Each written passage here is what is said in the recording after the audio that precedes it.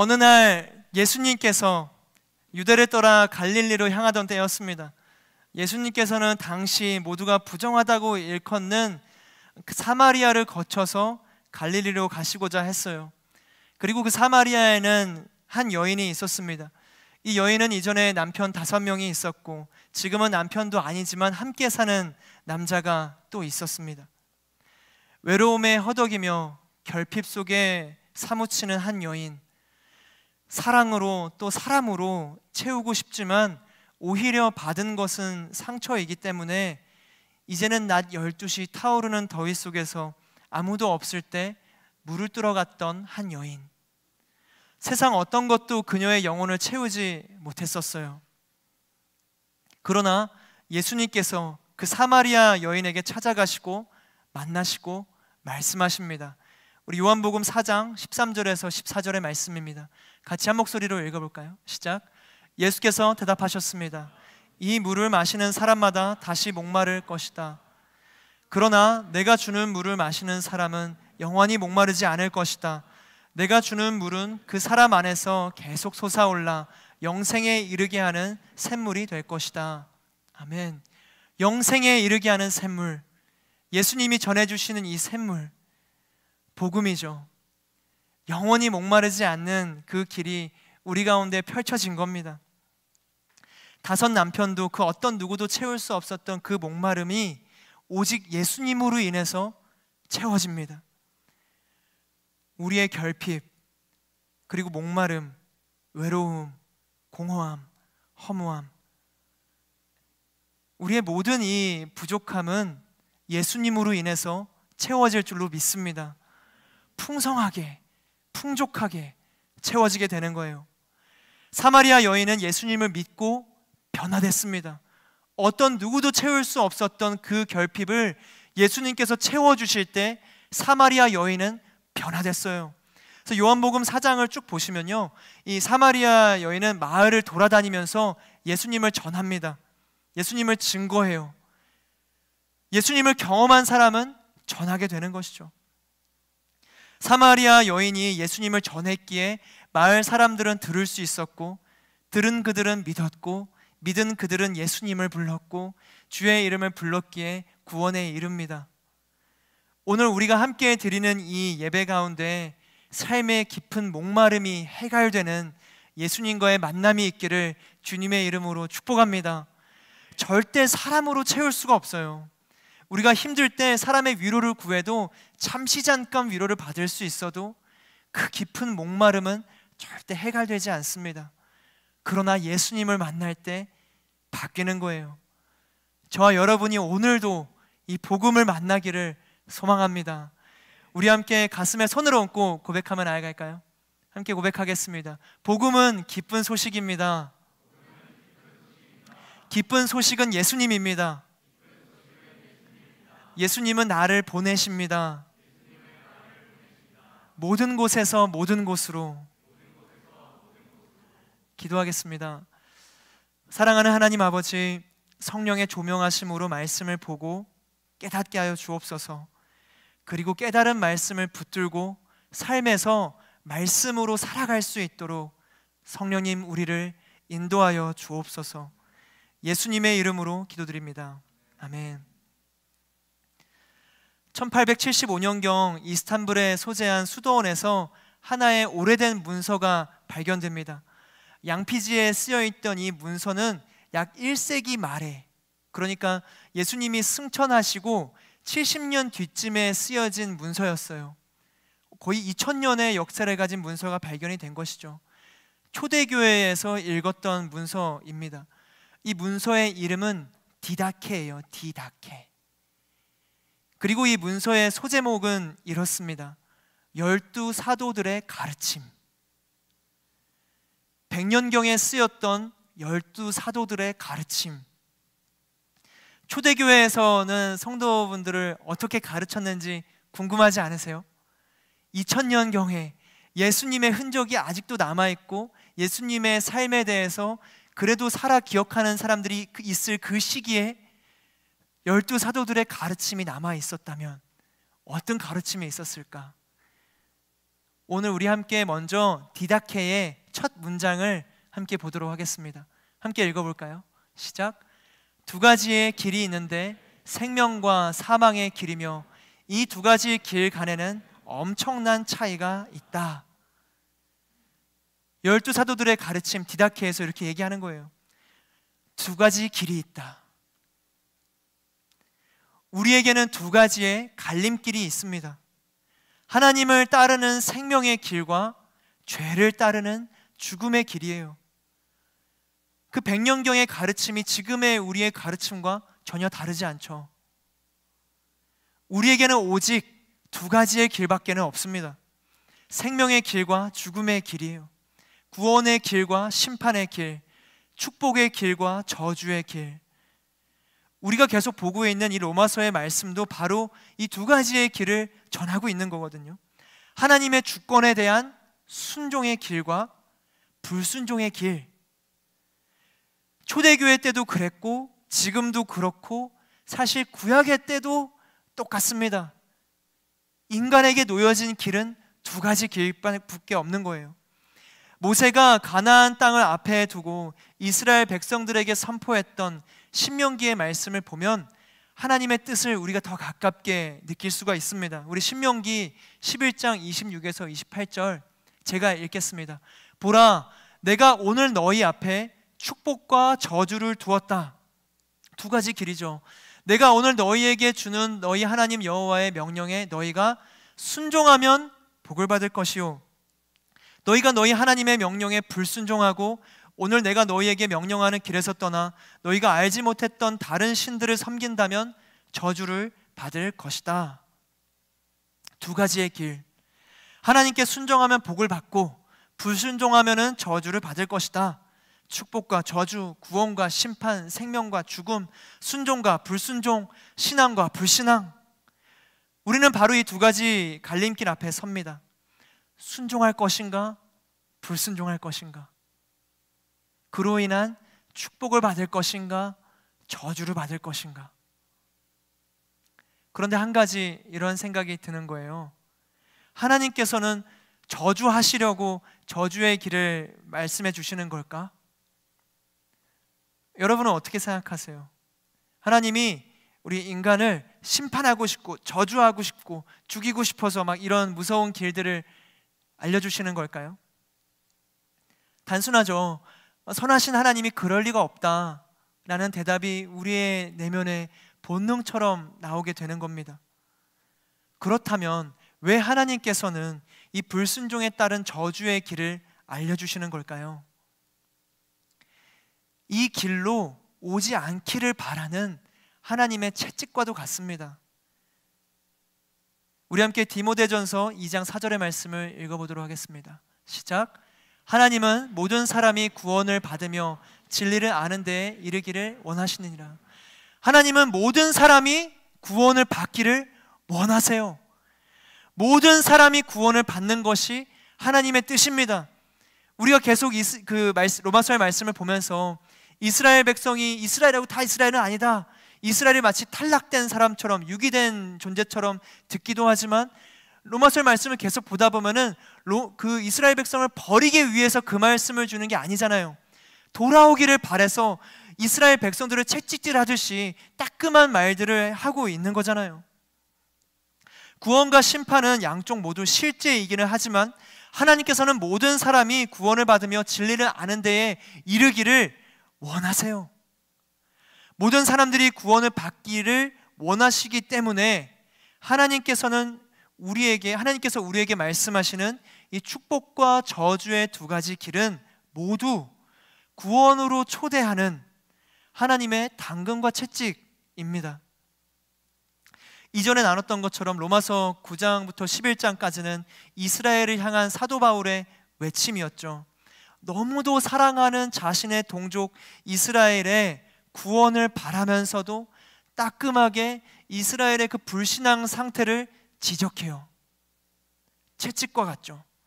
오늘 말씀 11장을 보면은 사도 바울이 이스라엘에게 주는 당근과 채찍을 엿볼 수 있어요.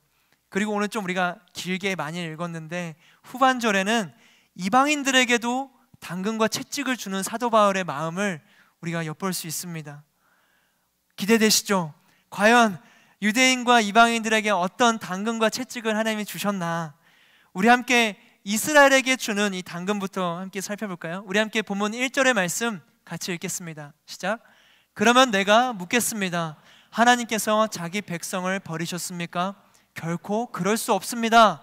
나 자신도 이스라엘 사람이요 아브라함의 씨에서 난 자요 베냐민 지파에 속한 사람입니다. 사도 바울은 하나님을 거역하고 하나님의 의를 따르지 않는, 복종하지 않는 이스라엘에게 당근을 이렇게 건네줘요. 하나님께서 자기 백성을 버리셨습니까? 결코 그럴 수 없습니다.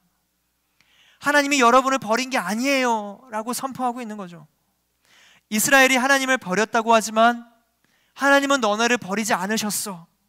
하나님은 자기 백성을 버리시는 분이 아니셔. 걱정하지 마. 괜찮아. 당근을 건네줘요. 이스라엘은 버림받지 않았다. 그 가운데 남은 사람들이 있다.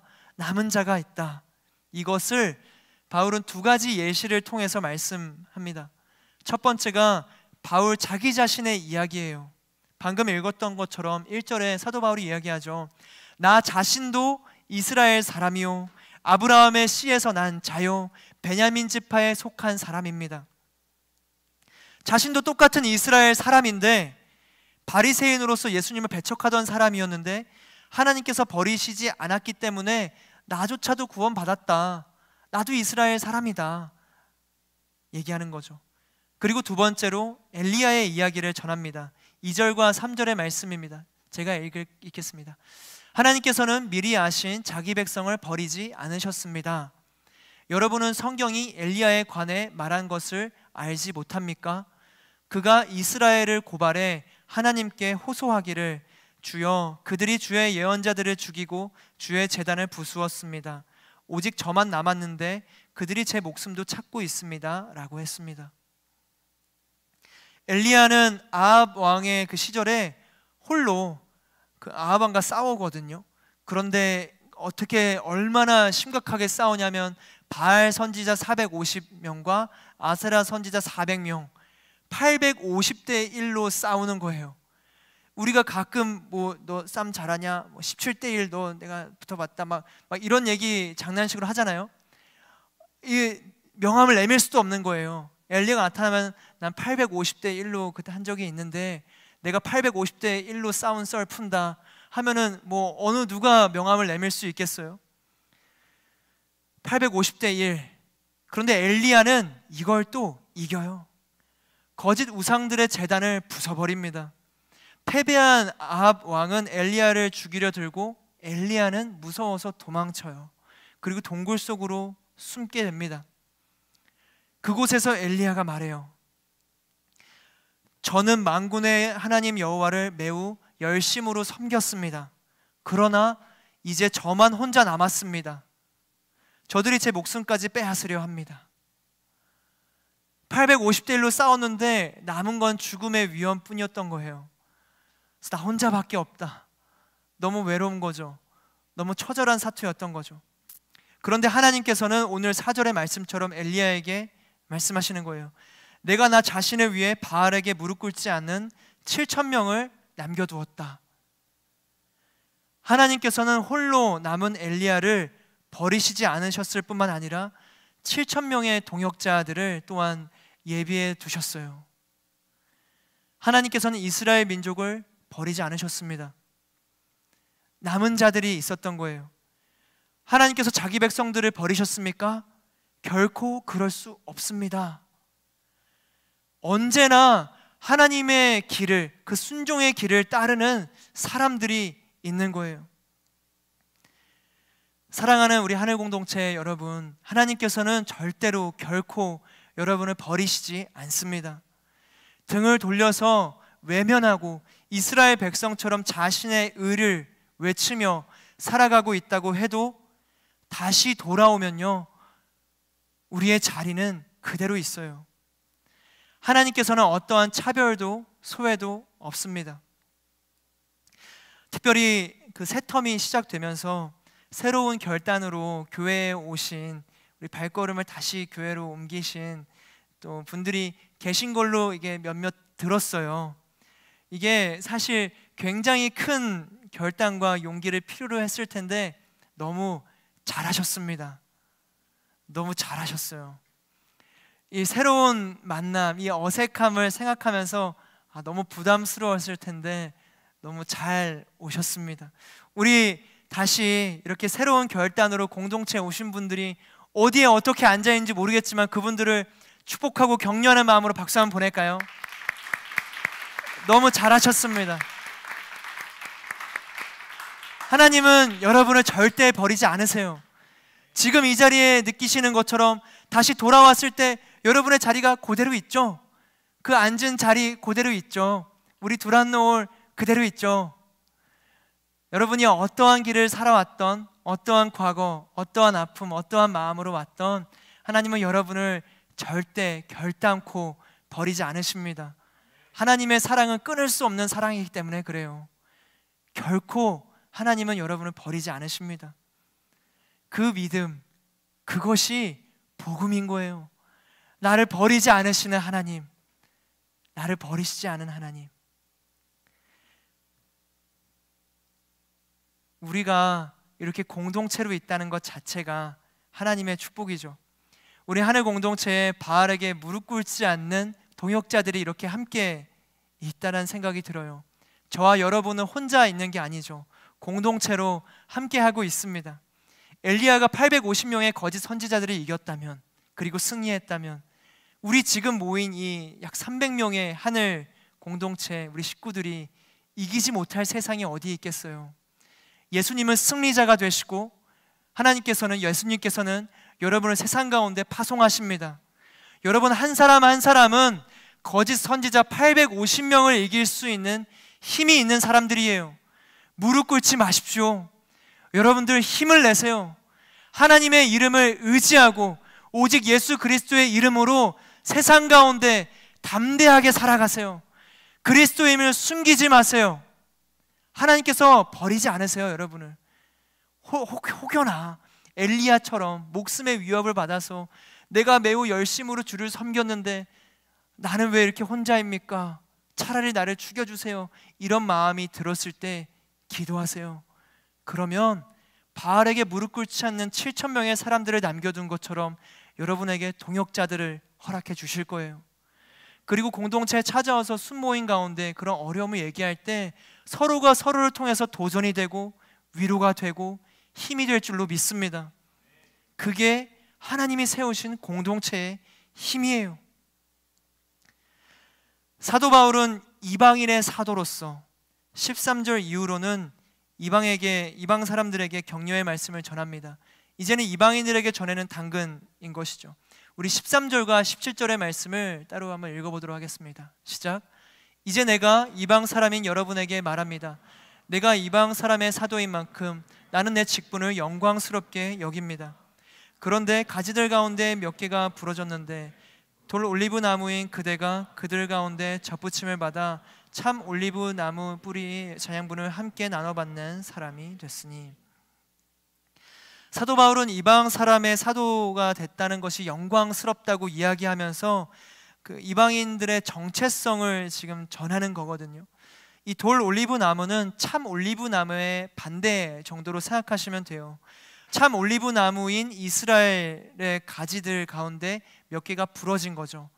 참 올리브 나무임에도 불구하고 예수님을 믿지 않는 자들이 잘려진 가지인 겁니다. 그리고 돌 올리브 나무인 이방 사람들이 이 참 올리브 나무에 접붙임이 되어서 하나가 된 것이죠. 그래서 참 올리브 나무의 자양분으로 자라나는 가지가 되었다라고 이방인들에게 말하고 있는 거예요. 그리고 우리가 바로 그 접붙임바 된 존재들인 것이죠. 마치 이거는 그 타국의 시민권을 얻는 것과 마찬가지입니다. 시민권이 없을 때는 그 나라의 어떠한 혜택도 못 받고 해가 거듭날 때마다 비자 문제로 괴롭고 노심초사 불안해하지만 시민권을 얻게 되면은 달라지는 거예요. 혜택이 달라져요. 의료 문제가 사라지고 더 이상 불안해하지 않고 비자 때문에 밖에 나갔다 들어가지 않아도 되고 쫓겨날까 추방의 위험 속에 벌벌 떨지 않아도 되는 것이죠. 나라는 사람 자체는 크게 사실 달라진 게 없지만 그 시민권을 얻었을 때, 그 소속이 되었을 때는 완전히 다른 혜택을 누리게 되는 것입니다. 사랑하는 우리 하늘 공동체 여러분, 저는 저와 여러분이 참 올리브 나무에 젖붙임 바 된 가지인 줄로 믿습니다. 우리의 뿌리는 하나님께 있는 거예요. 우리가 이전에 죄악된 뿌리, 돌 올리브 나무처럼 살아왔다면 이제는 변화되어 예수님을 부르짖을 때 참 올리브 나무의 뿌리로부터 자양분을 받아 예배하며 성장하며 변화되는 것이죠. 우리가 속한 곳이 하나님 나라입니다. 하나님 나라의 시민권자, 이것이 우리의 축복이요 생명이요 구원이요 순종과 신앙의 길입니다. 이 시민권자로서의 길로 두 가지 길이 있다면 시민권자와 비시민권자가 있겠죠. 이 시민권자의 길로서 하나님은 우리를 초대하세요. 빌립보서 3장 20절은 이렇게 전합니다. 그러나 우리의 시민권은 하늘에 있습니다. 우리는 그곳으로부터 구원자 곧 주 예수 그리스도를 기다립니다. 우리의 시민권이 어디에 있다라 말하나요? 하늘에 있다. 우리 하늘 공동체에 있다. 우리 하늘에 있는 거예요. 하나님께서 우리를 시민으로 불러주십니다. 하늘의 시민권자가 되었다는 것은 타국의 통치가 아닌 하늘의 주권으로 살아간다라는 거예요. 참 올리브 나무에 젖붙임 바 되었다라는 것은 그 뿌리의 영양분만으로 살아간다는 겁니다. 세상의 가치, 세상의 문화, 사람들이 말하는 욕심, 돈, 물질, 수많은 탐욕의 소리들로부터 끊기는 겁니다. 끊기는 거. 그리고 이제는 하나님 나라의 백성으로 살아가게 돼요. 그것이 우리의 정체성입니다. 가지 하나가 두 나무의 뿌리를 가질 수 없어요. 뿌리를 잊은 가지, 잘려진 가지는 반대로 죽음과 심판과 저주의 길로 가게 됩니다. 우리 본문 18절에서 21절의 말씀을 함께 한 목소리로 읽도록 하겠습니다. 시작. 그 가지들을 향해 자랑하지 마십시오. 자랑한다 할지라도 그대가 뿌리는 지탱하는 것이 아니라 뿌리가 그대를 지탱한다는 사실을 명심하십시오. 그러면 그대는 가지들이 부러진 것은 나로 젖붙임을 받게 하기 위한 것이었다라고 말할 것입니다. 그렇습니다. 그들은 믿지 않음으로 부러졌고 당신은 믿음으로 서 있습니다. 마음에 교만을 품지 말고 오히려 두려워하십시오. 하나님께서 원가지들도 아끼지 않으셨으니 그대도. 우리 21절의 말씀 한 번만 다시 읽어볼까요? 함께 다시 읽겠습니다. 시작. 하나님께서 원가지들도 아끼지 않으셨으니 그대도 아끼지 않으실 것입니다. 너무 무서운 채찍이에요. 젖붙이바 돼서 와 끝났다가 아니라 너네도 원가지가 잘려 나간 것처럼 너네도 잘릴 수 있다. 너네도 잘릴 수 있다. 젖붙임바 된 이방인들에게 사도 바울은 전합니다. 너네가 뿌리를 지탱하는 것이 아니라 뿌리가 너네를 지탱하는 것이다. 교만하지 말고 두려워하라. 하나님을 두려워해라. 그렇지 않으면 너희도 원가지처럼 될 거야. 원가지라는 게 무엇인가요? 이미 부러졌던 이스라엘 민족들을 뜻하죠. 22절 후반절에는 이렇게까지 말하거든요. 그렇지 않으면 그대 역시 잘려나갈 것입니다. 그대 역시 잘려나갈 것입니다. 이방인들도 잘릴 수 있어요. 이방인들도 믿음으로 서 있을 뿐 특별 취급을 받는 게 아닙니다. 무서운 채찍이에요. 믿음으로 하나님께 붙어있지 않으면 잘린 가지가 될 수 있다는 것이죠. 이 어떤 예화가 좋을까를 고민하다가 결국에는 구약시대의 이스라엘 백성들이 생각이 많이 나더라고요. 이스라엘 백성들 출애굽해서 하나님이 인도해 주시고 군대로부터 지켜주시고 구름기둥과 불기둥으로 인도해 주시고 만나와 메추라기도 먹여주시는데 그들은 모세가 산에 올라가 있는 동안 금송아지를 만들어서 경배했어요. 이에 하나님이 어떻게 반응하시나요? 아이고 모세가 없으니까 너네들 진짜 불안하고 힘들었겠다. 진짜 얼마나 나를 보고 싶었으면, 눈으로 보고 싶었으면 금송아지 만들어 놓고 이게 하나님이다라고 했겠니? 그래서 괜찮아, 괜찮아. 요즘 에세이 뭐 트렌드처럼 베스트셀러 책 제목이 된다면 괜찮아. 금송아지도 사랑해. 뭐 이런 제목이 나오지 않겠어요? 그런데 이런 반응이 아니셨어요. 하나님은 금송아지를 만들었던 이스라엘 백성들에게 괜찮아 라고 말씀하지 않으셨어요. 출애굽기 32장 10절을 보면요, 하나님께서 이렇게 말씀하십니다. 내 진노가 부글부글 끓는구나. 내가 저들을 진멸하지 않을 수 없다. 너무 무섭지 않으세요? 하나님은 우리를 생명의 길로 인도하시기를 원하십니다. 그래서 채찍을 들어요. 다행히 이스라엘 백성들은 모세의 중보기도 덕분에 정말 면하게 되죠. 진멸을 면하게 돼요. 사랑하는 여러분, 정말 다 괜찮은 게 아닙니다. 다 괜찮은 게 아니에요. 말씀 읽지 않아도 괜찮은 게 아니에요. 기도하지 않아도 괜찮은 게 아니에요. 세상과 양다리를 걸치고 있어도 괜찮은 게 아닙니다. 우상 숭배가 예배와 병행되고 있다고 해서 괜찮은 게 아니에요. 뭘 하든 괜찮은 게 아닙니다. 그게 진정한 사랑도 아니잖아요. 친구가 갑자기 여러분에게 다가와서 순모임 중에 나 이제 교회를 떠나서 이슬람을 한번 가보려고. 그럼 여러분 뭐라고 하실 거예요? 그래, 괜찮아. 거기도 은혜가 있겠지. 뭐 이러실 거예요? 친구가 마약을 한다고 하는 거예요. 그러면 그래. 그걸로 잊을 수 있다면 얼마나 좋겠니? 그 고통 그걸로 잊어봐. 그러실 거예요? 아니죠.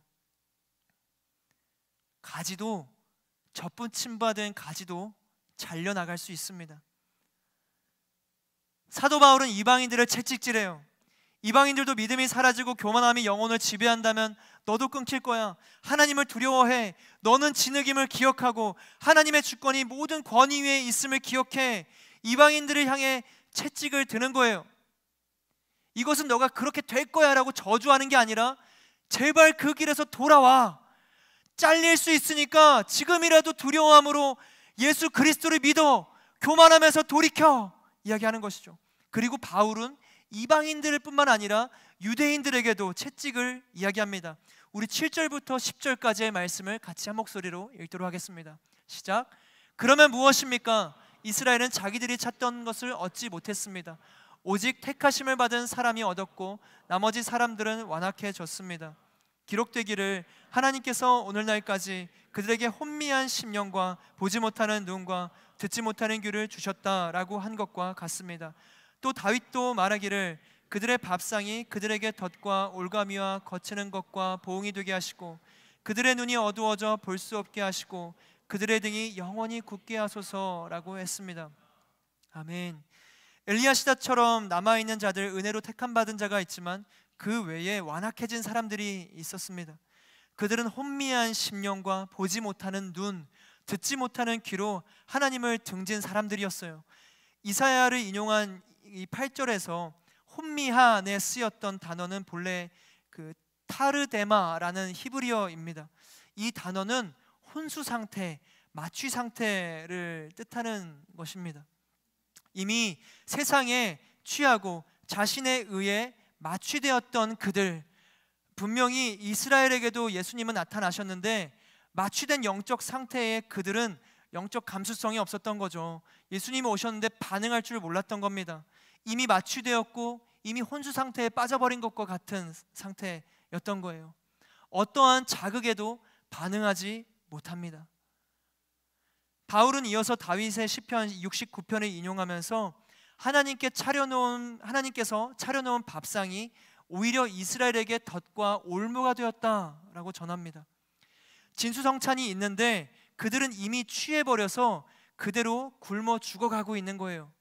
분명히 밥상이 놓여져 있는데 그것을 혼미한 심령으로 맛보아 알지 못하고 오히려 그것이 덫과 올무가 되어버렸다라는 겁니다. 바울이 지금 이 말씀을 인용하는 이유가 뭔가요? 너네는 이미 완악하니까 말씀처럼 영원히 등이 굽을 거야, 저주하는 건가요? 아니죠. 계속 나눴던 것처럼 이 죽음의 길로 가지 않기를 바라는 채찍이에요. 옳은 길로 가길 바라는 채찍이죠. 죽음의 길이 있으니까 제발 깨어 있어라. 눈을 떠라. 마취 상태에서 나와라. 혼미하고 흐리멍텅한 그 귀를 열어라. 깨어 있어라. 베드로전서 5장 8절은 이렇게 전합니다. 정신을 차리고 깨어 있으십시오. 여러분의 원수 마귀는 우는 사자처럼 두루다니며 삼킬 사람을 찾습니다. 사랑하는 우리 하늘 공동체 여러분, 정신을 차리고 깨어 있으십시오. 어느 자리를 가든지 정신을 차리세요. 캠퍼스에서, 직장에서, 가정에서, 친구를 만날 때에 깨어 있으세요. 정신을 차리셔야 됩니다. 이전에 원유경 목사님께서 매 예배 때마다 계속 이 말씀을 외치셨어요. 정말 이제 이해가 돼요. 목사님께서 맨날 사랑하는 여러분, 정신을 차리고 깨어 있으십시오. 전혀 안 똑같네요, 해보니까. 원 목사님 성대모사였어요. 혹시 원 목사님 보셨다면 제 마음 아시죠? 네. 이 말씀을 매일같이 하셨거든요. 매주같이. 근데 너무나 우리에게, 특히 청년의 시대에 우리에게 너무 필요한 말씀 아닌가요? 정신을 차리고 깨어 있어야 돼요. 우리는 날마다 갈림길에 섭니다. 축복과 저주, 순종과 불순종, 진짜 그 많은 신앙과 불신앙, 그 갈림길 앞에서 정신을 차리고 깨어있지 않으면 나도 모르게 죽음의 길로 향하게 되는 거예요. 불순종의 길로, 저주의 길로. 왜냐? 혼미해져서 마취되어서 이 세상의 쾌락에 정신이 없어서 우리는 분별력을, 판단력을 잊어버릴 때가 너무나 많습니다. 사랑하는 우리 하늘 공동체 여러분, 세상에 속지 말고 타협하지 말고 하나님의 뜻을 선택하십시오. 어디를 가던 언제나 예수님을 선택하세요. 그 길이 생명의 길입니다. 이번 주에 우리 하늘 지체 한 명이 겪었던 삶의 이야기를 나눌까 합니다. 누구라고 말할 수 없지만 허락을 받고 나누는 거예요. 가명으로 우리 하늘이라고 얘기할게요. 우리 하늘이는 서울에서 조금 떨어진 곳에서 청소년들을 만나고 상담하는, 또 돌보는 일을 하고 있어요. 이 얘기만 해도 누군지 알아서 웃는 분들이 있는 것 같은데, 근래에 새롭게 또 새로운 곳에서 일해보고 싶은 마음에 서울에 있는 여러 많은 회사들의 지원을 했었습니다. 잘 안 열리다가도 감사하게 최근에 한 길이 열려서 지난 수요일 날 2차 면접까지 봤어요. 감사하죠? 너무 좋은 회사예요. 그리고 사실 지금 현재 회사 내에서 팀장님과의 관계가 좀 어려워서 좀 어려움을 많이 호소하고 있는 상태거든요. 새로운 곳에 간다라는 게 참 큰 축복으로 다가오겠죠. 그리고 지난 금요일, 이제 불과 이틀 전이네요. 3차가 이제 면접 없이 최종 합격됐다라는 연락을 받은 거예요. 그렇게 가고 싶었던 회사, 새롭게 도전했던 곳이 문이 열린 거죠. 길이 열린 거예요. 얼마나 행복하고 얼마나 감사해요. 정말 기다렸던 합격 소식을 들어보신 분들은 알겠지만 그 기쁨 아시죠? 저는 예전에 그 지원했던 어떤 막 동아리에 붙었다는 연락을 받았을 때 너무 좋아가지고 길거리에서 제가 영화 찾아봤는데 어떤 영화인지 잘 모르겠어요. 이렇게 점프해서 두 다리 딱 부딪히고 무슨 영화죠 이게? 아시는 분이 없나요? 나중에 저도 알려주세요. 제가 열심히 찾았는데 네이버나 유튜브에 두 다리 부딪히는 영화 신나서 길거리에서 점프하는 영화, 그래서 점프 영화 막 쳐봤는데 아무것도 안 나왔어요. 검색력이 없는 거죠. 진짜 그 소식을 들었을 때 너무 기쁘죠. 그래서 최종 합격 소식과 함께 이제 가면 되는 건데 회사에서 그런 얘기를 하는 거예요. 다음 주 월요일부터 출근을 해달라. 이제 내일인 거죠. 너무나도 이제 갑작스러운 근무 이제 일정에 조율을 해줄 수 있냐 했더니 지금 조율해줄 수 있는 상태가 아니다. 회사도 바로 헌신적으로 섬겨줄 수 있는 사람을 찾는다. 월요일 날 출근 못하면 합격은 무효다 라고 한 거예요. 지금 다니고 있는 그 센터에는 사실 무례한 행동이지만 그렇게 그만두는 경우들이 이전에 많았다 하더라고요. 그래서 그만 바로 두고 회사로 옮겨가는 많은 분들이 있었는데, 이 하늘이가 죄송함을 무릅쓰고 그렇게 할까 했지만 결론적으로 하늘이는 그 회사를 안 가기로 결정했어요. 너무 기다렸던 곳인데, 정말 좋은 회사였고 이직을 오래 준비해 왔고 기대했는데 안 가기로 결정한 거예요. 그 이유가 뭔지 아세요? 그 하늘이가 현재 센터에서 케어하고 있는 청소년들, 그 중에서 너무 어려운 아이들을 포기할 수가 없어서, 두고 떠날 수가 없어서 그 회사를 안 가겠다 한 거예요. 그냥 두고 떠나는 사람들도 분명히 있을 수 있잖아요. 너무 바라고 너무 가고 싶었던 회사를 가지 못한다는 게 너무 속상하고, 얘기 난 너무 속상해요. 너무 속상하고 아쉽고 또 억울한 마음까지 들지만 그 길을 선택한 거예요. 자신 대신에 사랑을 선택한 거예요. 너무 대단하지 않나요? 전 너무 자랑스럽고 진짜 존경스럽기까지 하거든요. 나라면 그렇게 했을 수 있었을까? 잘 모르겠어요. 조건도 좋고 원하던 곳이고 분명히 유익이 있는 곳인데 그냥 눈 감고 가면 되는 건데 그 사랑의 마음으로 안 가길 결정한 거죠. 사랑하는 우리 하늘 공동체 여러분, 언제나 사랑을 선택하세요. 생명을 선택하십시오. 예수님을 선택하세요. 생명과 죽음의 길, 두 가지의 길이 놓여질 때마다 생명의 길을 선택하세요. 눈앞에 화려하고 평탄하고 순적한 길이 있다 할지라도 사랑을 선택하십시오. 그러기 위해선 깨어 있어야 돼요. 완악해지면 아무것도 보이지 않습니다. 생명도 축복도 구원도 믿음도 아무것도 안 보이게 되는 거예요. 그저 내가 지금 누릴 유익만 계산하게 됩니다. 1차원적 쾌락만을 추구하게 되는 것이죠. 신앙조차도, 믿음의 길조차도 오히려 은혜를 누리기 위한 신앙이 될 수 있거든요. 예배도 수단이 될 수 있어요. 믿음도 수단이 될 수 있습니다. 나의 유익을 위해. 우리는 은혜 받기 위해서 예배 드리는 것이 아니라 예배를 드리기 때문에 은혜를 받는 것이죠. 언젠가부터 이게 와전될 때가 있어요.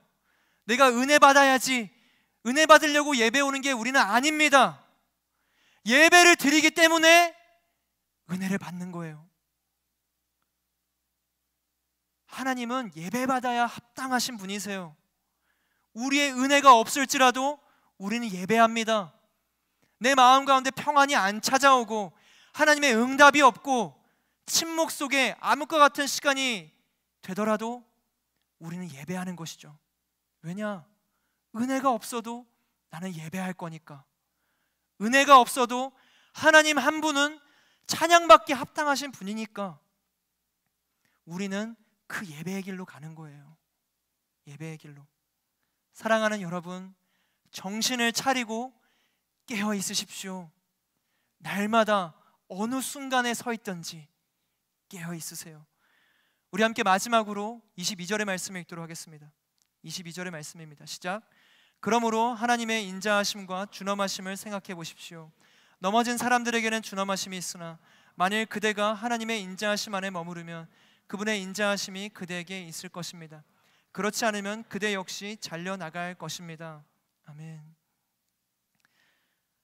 우리가 함께 봤던 이 당근과 채찍이 바로 하나님의 인자하심과 준엄하심입니다. 하나님께서 허락하신 생명의 길은 인자하심을 보여주고 하나님께서 보여주신 죽음의 길은 준엄하심을, 그 엄격하심을 나타내는 것이죠. 오늘의 말씀은 이방인들에게 접붙임이 되었음을 선포하며 그 인자하심을 전하고 하지만 믿음을 잃고 교만해진다면 너조차도 끊어질 것이라는 그 말씀을 준엄하게 선포합니다. 그리고 유대인들에게는 하나님은 결코 자기 백성을 버리시지 않는다면서 그 인자한 사랑을 전하죠.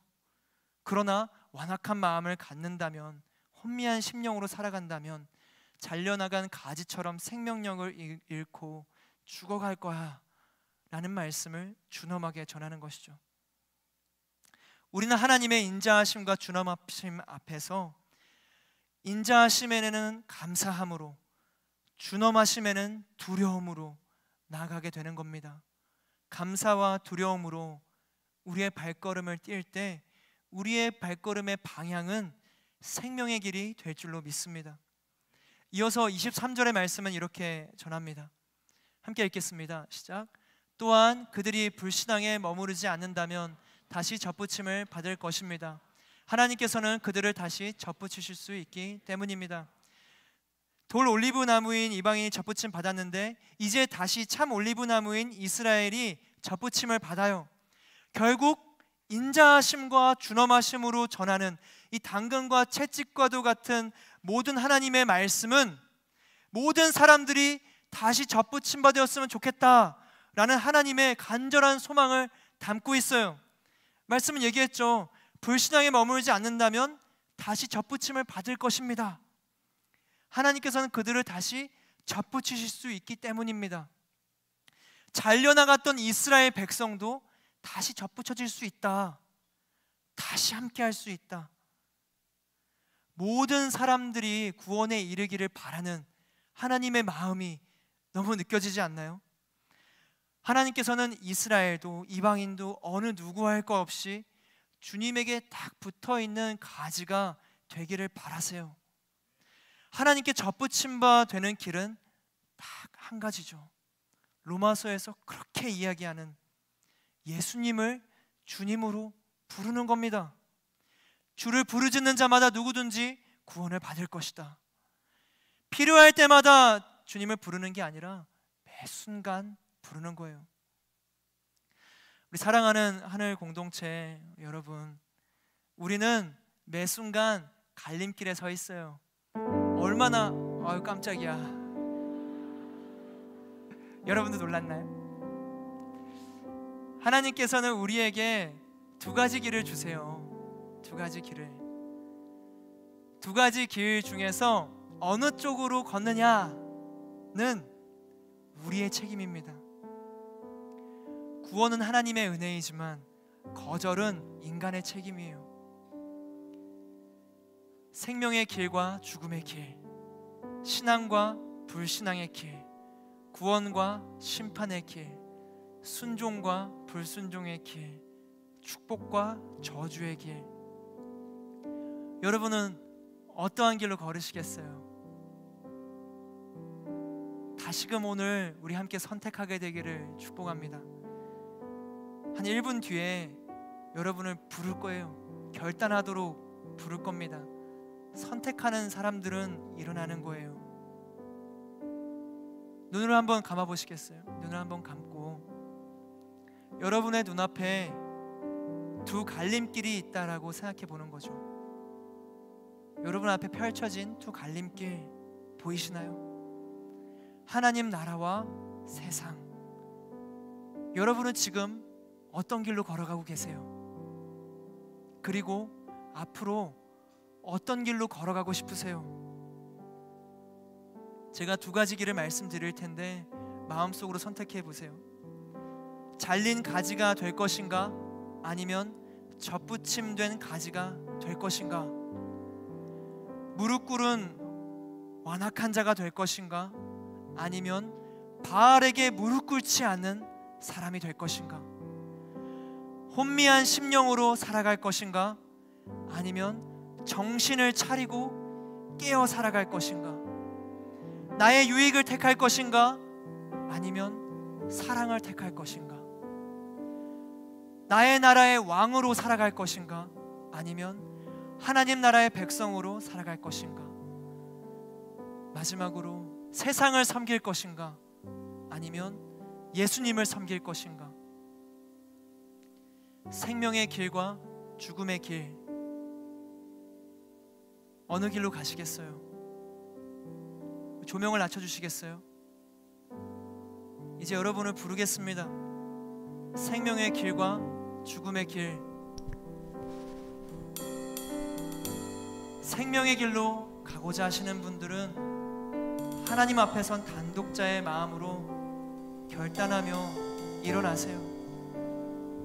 지금 결단하지 않아도 괜찮습니다.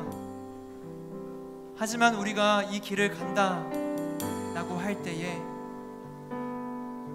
우리는 그 길에 대한 책임을 지게 될 거예요. 하나님 오늘 우리를 부르십니다. 하나님 오늘 여러분을 부르세요. 생명의 길로 가기를 바라는 하나님의 마음에 우리가 지금 서 있습니다. 사랑하는 여러분, 생명을 선택하십시오. 사랑을 선택하세요. 하나님의 부르심에 응답하세요. 나의 나라의 왕으로 살아가는 것이 아니라 하나님 나라의 백성으로 살아가십시오. 정신을 차리고 깨어 있으십시오. 그렇게 자신의 결단을 가지고 우리 하나님 앞에 기도함으로 나아가도록 하겠습니다. 기도하시겠습니다. 주여, 나는 주님께 내가 정말 주 앞에 서기를 속한 자 되어 주의 나라 위에 전심으로 살리라. 주의 마음에 합한 자 되어 맡기신 소명이 이루리. 나는 주님께 속한 자 되어 주의 나라 위에 전심으로 살리라. 주의 마음에 합한 자 되어 맡기신 소명이 이루리. 우리 계속해서 기도하며 나아가실 때 여러분의 선택길 가운데 하나님의 인도하심을 구하며 나아가겠습니다. 사랑하는 주님, 내가 이 길을 걷기로 선택하지만 나 홀로는 사실 두렵습니다.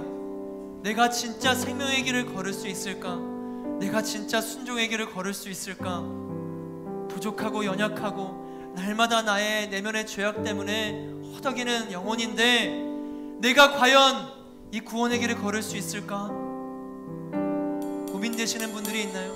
걱정되는 분들이 있으세요? 혹은 내가 아직 어떤 길로 갈지 모르겠는 분이 있으세요? 우리에게 기도하며 나가겠습니다. 사랑하는 주님, 성령으로 나를 인도하여 주옵소서. 성령님, 나를 인도하여 주옵소서. 나를 불쌍히 여겨 주옵소서.